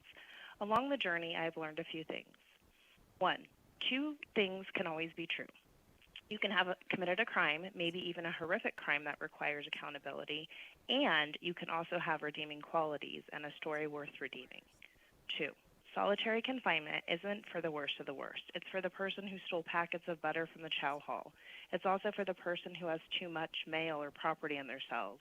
It's for the person who talked back to a CO. It is for women who are waiting for a class to move from a behavioral modification unit back to general population. It is for having hobby craft items without approval or permission. 3, right here in Nevada, we use isolation, solitary confinement excessively, and we are doing harm to people who are coming home to our communities. Solitary is torture. Is it possible to calculate torture? Can you put a number on unimaginable suffering? Is there a way to accurately count the human cost of a system designed to cause harm? No, there is not. Return Strong and our membership is in full support of SB 307 and thanks Senator Spearman for bringing this critically important legislation and for the committee for hearing it. Please help us in the fight for humanity and creating a world that ends torture. Thank you.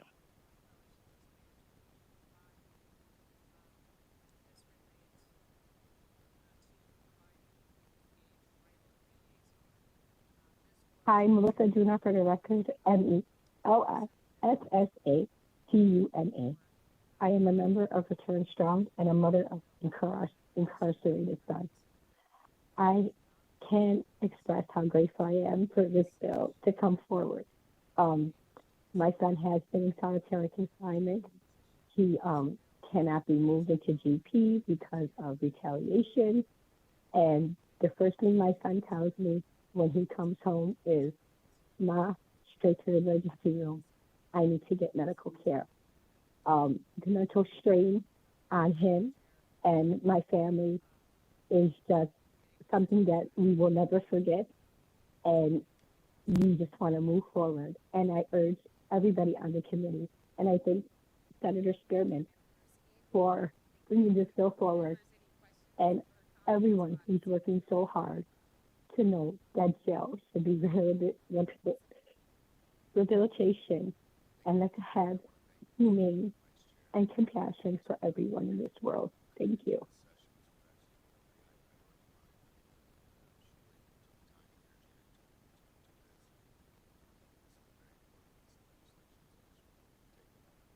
Good morning. My name is Betty Guess, Guess.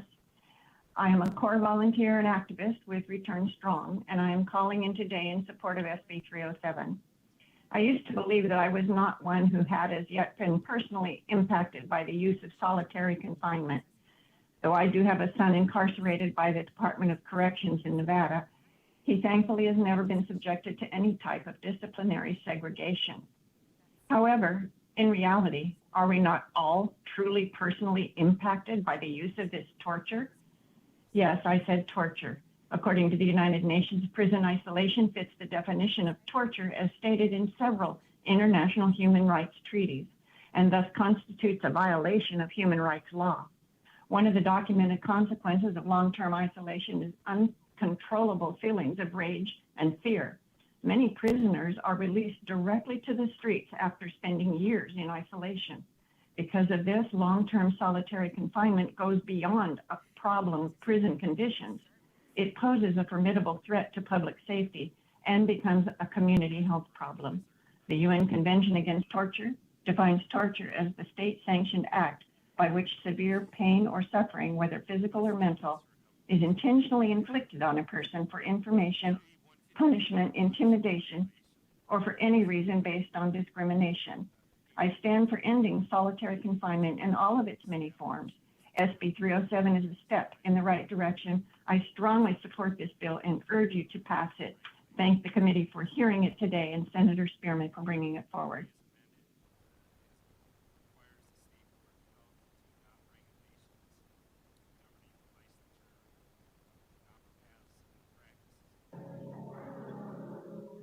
Hello, my name is Estee Padgett. That's Padgett. I echo what's previously been said, and I strongly support SB 307. Thank you.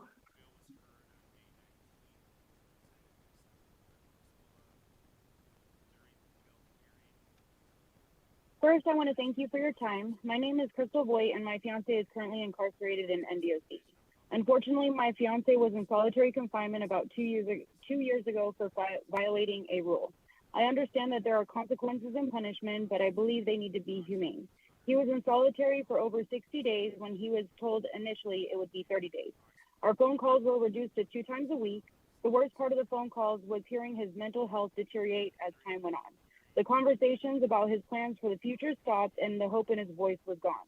We were working hard on his rehabilitation and his way of thinking just for it to revert back in less than 30 days. He lost all hope and motivation for even living. I strongly believe the only reason he did hold on was our 2 phone calls a week. Please take into consideration the impact that the length of solitary confinement can have on one person's mental health and motivation to live. Thank you for your time.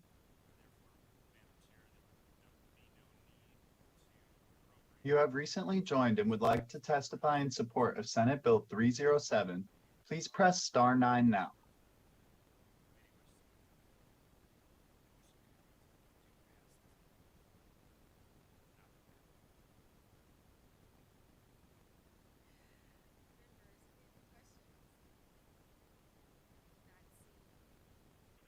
Good morning. My name is Chris Covello, Kovello. And I know this might sound silly, but when I was younger and I would visit the zoos, I noticed the animals were all caged up alone in a cage, prancing back and forth, vomiting, and so forth. Very agitated. Was not a good situation. Nowadays, if you visit a zoo, you'll see that they're out and they're free, and they seem a lot calmer. Things are a lot better.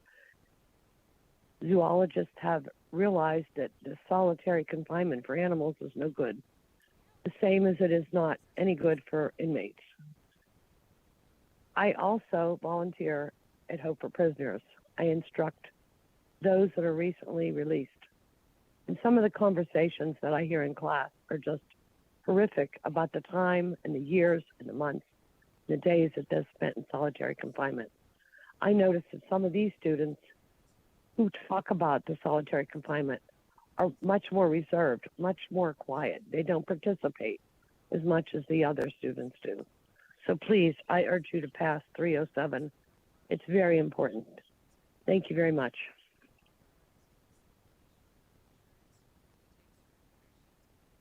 There are no other callers to testify in support at this time.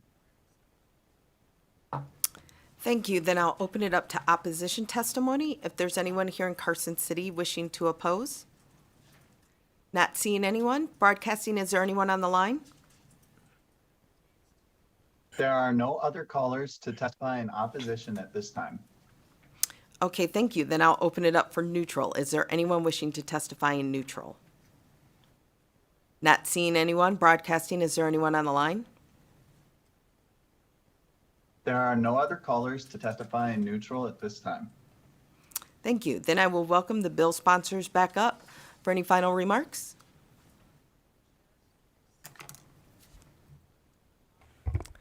Thank you, Chair. My name is Nick Sheepak for the record, and I want to close by first thanking Senator Spearman for her years of dedication, steadfast approach to never giving up on this issue, to changing hearts and minds, from moving this from a conversation around tweaking a few things here or there to something that has been supported in the Senate unanimously. This is a major issue, and it's something, like I said, I will work on for the rest of my life. I'll leave you with this. Among solitary confinement survivors, there's a saying, and it's, if you didn't have a mental illness before you entered solitary, you have one when you leave. And I work with an individual named Frank De Palma who spent 22 years and 36 days, he's a dear friend of mine, straight in solitary confinement in the Nevada Department of Corrections. He lives in Reno, Nevada now, and every day is a struggle, but he's doing amazing. But I do this work to ensure that we never do what the state did to that man, to anyone, ever again. This is one simple step in that direction, And we urge your support, and we thank you for your time in this last week of session. Thank you. Mr. Shepak, one final thought before I close the hearing, and because I know that you're someone who is actively and continually engaged with the Department of Corrections and in these discussions. While I was listening to this hearing, it reminds me often of how children are often sanctioned, right? And we know that, again, it was mentioned before, sometimes there does need to be a sanction. Sometimes there does. But again, we also use the idiom, let the punishment fit the crime. And so as I think of how, when it comes to children, there is also a form of timeout or isolation or solitary confinement, especially when I was a kid, right? There was. There absolutely was, but it was intermittent, right? It was temporary. It was, whether it was half an hour or even an evening, it wasn't on and on and on. And so I just wonder if there's a way to work with policy to also see if things could be done intermittently, because sometimes, again, just like a kid, 2 hours can feel like a lifetime, right? And so even if it was to enable someone to sleep back in their own bunk, to sleep back in their own cell and have a healthy, more normal rest. But if there's ever been any discussions with that where it's not just, oh, you've got 15 days, but it's maybe just like anything else, you're losing your privileges to attend this. And do you see where I'm going with this? Nick Shebeck for the record. Thank you so much, Chair, for your comments. And absolutely, I see where you're going with this. So in conversations I've had with the department, we talk about things like congregate recreation. So maybe you are removed and placed into solitary, but there is a group of individuals that you are comfortable around, that is safe. And so every day you're out for multiple hours and you get to be with those individuals. There are many ways to cut the, to do this in order to give people, when sometimes they need a necessary timeout, right? There is no research that suggests that like zero time away from people is what should be done. But how we do it can be creative. And I believe that the director is willing to use those creative solutions, which are like the things you said, like using congregate recreation, like ensuring that you could still go to programming, but maybe you still have to do a couple days where you are removed from the general population. There's no one-size-fits-all approach to this. And that's where the idea of an individualized plan is something that makes me very excited for how this can work, because we need to be looking, what we're doing is treating individuals, and as with all policy we've created this session and over the years, a one-size-fits-all approach to individuals rarely works. Thank you so much. And Madam Chair, Senator Sperman, for the record, if you look in 12.51, it says up to for more than confinement for more than 15 days. So we're not talking about automatically 15 days. Okay. And so there are incremental things that can happen before that. And I'd just like to say too, prior to 2019, I think it was, they were putting juveniles in solitary confinement. And one of the things that prompted me to be even more aggressive in getting this across this session is because there were some people who were trying to skirt the law because it's no longer legal in Nevada to put juveniles in solitary confinement. And so hopefully with this will also make a statement to those who think it's all right, open up a can of act right and tell them it ain't. Thank you so much for that, Senator, and we'll make sure that's a direct quote in the minutes. So with that, I will go ahead and close the hearing on Senate Bill 307. With that, we're going to go ahead and work session Senate Bill 307. So Ms. Diane Thornton, our policy analyst, will walk us through 307. Thank you, Chair. Diane Thornton, Legislative Council Bureau. Senate Bill 307 is sponsored by Senator Spearman. This bill revises provisions governing the use of solitary confinement by the Nevada Department of Corrections, and there are no amendments to the measure. Thank you, Chair. Thank you so much. Members, any questions? Not seeing any questions, I'll entertain a motion to. Okay, I'll take a motion from Vice Chair Marzola and a second from Assemblywoman Summers Armstrong to do pass Senate Bill 307. Members, any discussion on the motion? Assemblyman Urick? Thank you, Chair. I want to acknowledge, I really agree with what the Senator is trying to do in bringing forward this bill and the policy considerations that are at stake here and what the intentions are.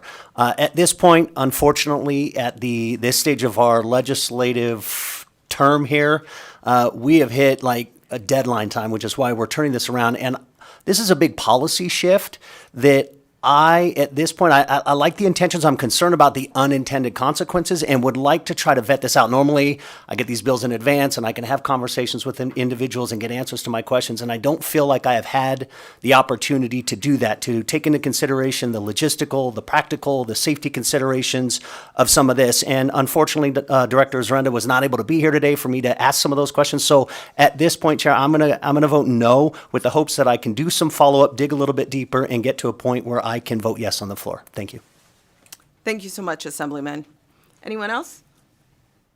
All right, let's take a vote. All those in favor, please say aye. Aye. Anyone opposed? Okay, so we have one nay from Assemblyman Urick. With that, the motion passes, and I'll assign the floor statement that we'll probably never hear to, let's go with Vice Chair Marzola. Thank you, Chair. You're welcome. And with that, we're done with our work session. We'll move on to our next bill. Thank you. Our last bill today is Senate Bill 222, presented by Senator Harris, and this revises provisions relating to juries. With that, Senator, are you presenting on your own? Okay. With that, I will go ahead and open your hearing. You may proceed when you're ready, and I'm going to hand the gavel over to Vice Chair Marzola for a moment. Thank you so much, Chairwoman Miller, members of the Assembly Judiciary Committee. I really appreciate y'all being flexible and patient with me as I move about the building. Senate Bill 222 has a very simple purpose, and that is to try and assist in making our juries reflect the state of Nevada just a little bit more, and it does that in two simple ways. One, we add a list that jury commissioners use to basically select who's going to be put up for jury duty.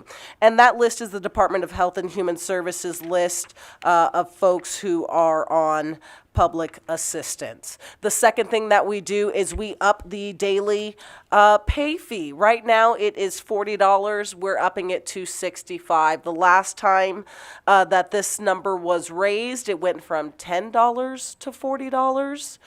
And the $65 you see here is really just the CPI adjusted amount from when we set it to $40. And so I'm hoping that that will make it a bit easier for folks to serve. So we increase the pool, make it a little bit easier for folks to serve, and hopefully we will have better juries that are more reflective of our state's population. And with that, Vice Chair Marzola, happy to take any questions the committee might have.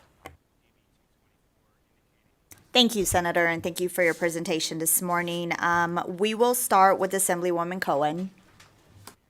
Thank you, Vice Chair, and thank you for the presentation. You mentioned that the raise in the fee was based on the CPI. Was there any conversation of just making that an annual? Thank you for that question, Assemblywoman Cohen. No, I did not try and adjust this for CPI moving forward, although I don't think that that's a horrible idea. The folks that pay this are generally actually not the state. We're looking at localities for the most part, and I think they might need a little bit of stability in that number to know what they're going to be having to budget for, but it's not a bad idea. Next, we will go to Assemblywoman LaRue Hatch.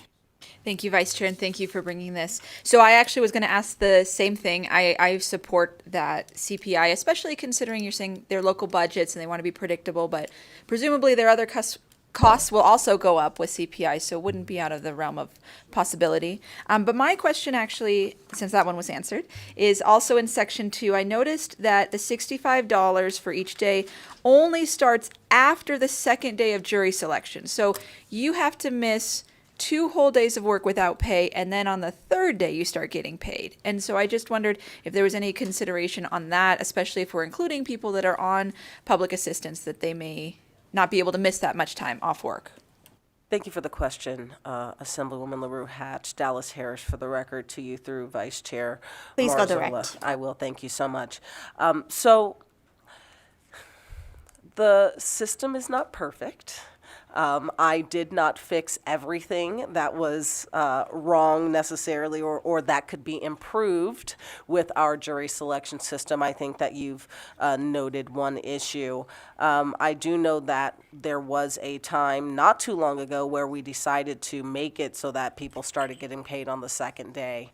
And I do believe that at that time that was an improvement from where we were. And so I would be open to continuing to work on this process and taking a look at whether it makes sense to start paying folks a bit sooner.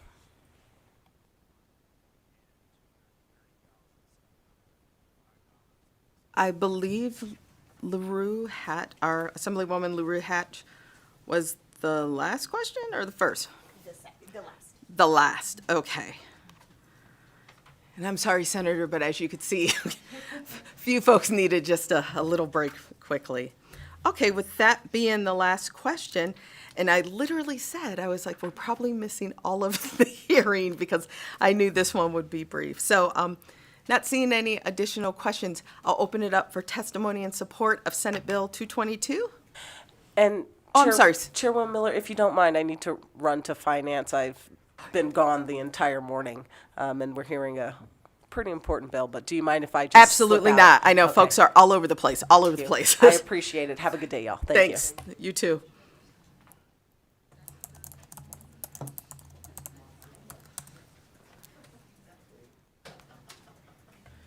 Good morning, Chair Miller. My name is Andres Moses. I'm here on behalf of the 8th Judicial District Court in Clark County, Nevada. We're here in support of SB 222, and specifically, as was discussed, Section 2, which increases the compensation. We are the busiest trial court in the state of Nevada, so we're on the front lines in receiving upwards of over 25,000 jurors a year. So we appreciate this. Anything that enhances our jurors' experience is something that we're very supportive of, and we urge you to pass this bill. Thank you. Thank you, Madam Chair. John Pure from the Clark County Public Defender's Office. Jury duty is one of the most important things that we do in this country, but it's also one of the most inconvenient things for most people, especially if you have a job that does not reimburse you. If you had to leave your job for the day, you don't get paid for your first 2 days of jury duty. They squeeze you into a super small room to start, and then you get up there and people ask you a bunch of personal questions in front of other people. It doesn't make it the most appealing thing, but it is one of the most necessary things that we have. So any bill that makes jury duty less burdensome on our state, I am in full support of. Thank you. Good morning, Chair, members of the committee. Erica Roth on behalf of the Washoe County Public Defender's Office. Our democracy relies on juries, and we need to ensure that a fair cross-section of the population is represented on each and every jury, and so we are in full support of this bill. Thank you. Thank you, Chair Miller, members of the Assembly Judiciary Committee. My name is John Jones, here on behalf of the Nevada District Attorneys Association, also in support of SB 222. Thank you.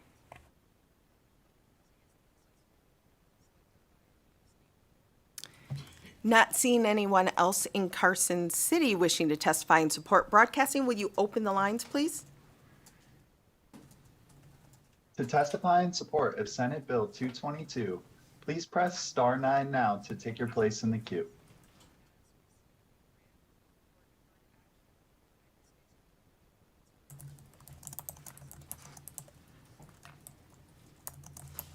There are no callers choosing to testify in support at this time. Thank you for that. Then I will open it up for anyone wishing to testify in opposition for Senate Bill 222.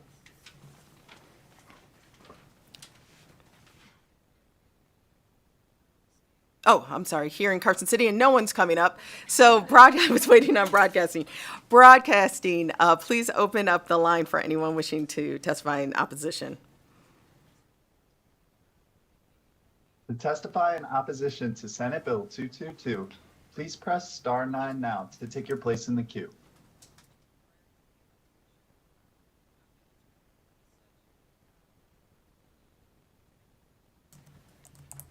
There are no callers choosing to provide testimony in opposition at this time.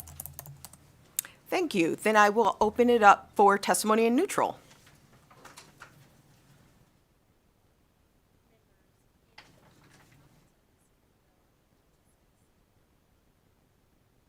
I'm sorry. Clearly, my brain is trying to manage multiple thoughts right now.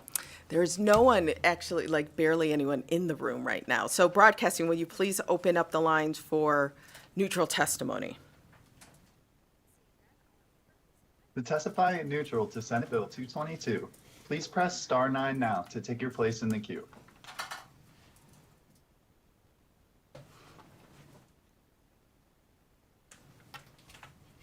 There are no callers choosing to provide testimony in neutral at this time.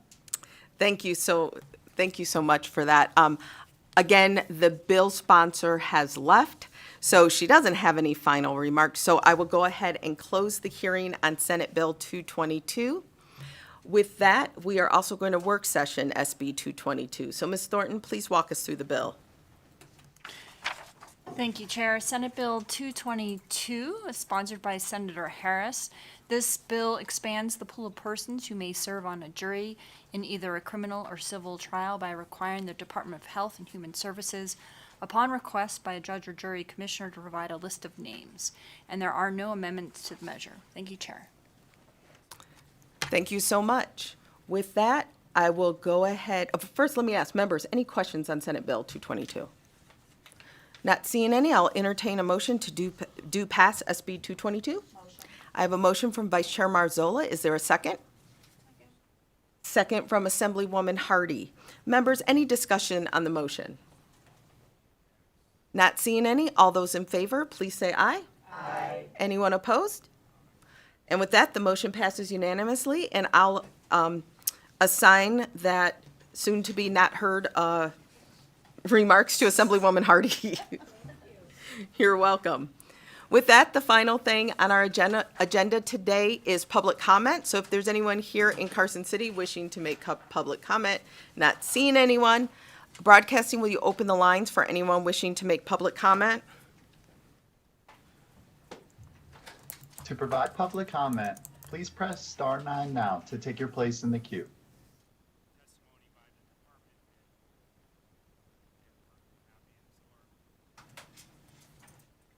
There are no callers choosing to provide public comment at this time.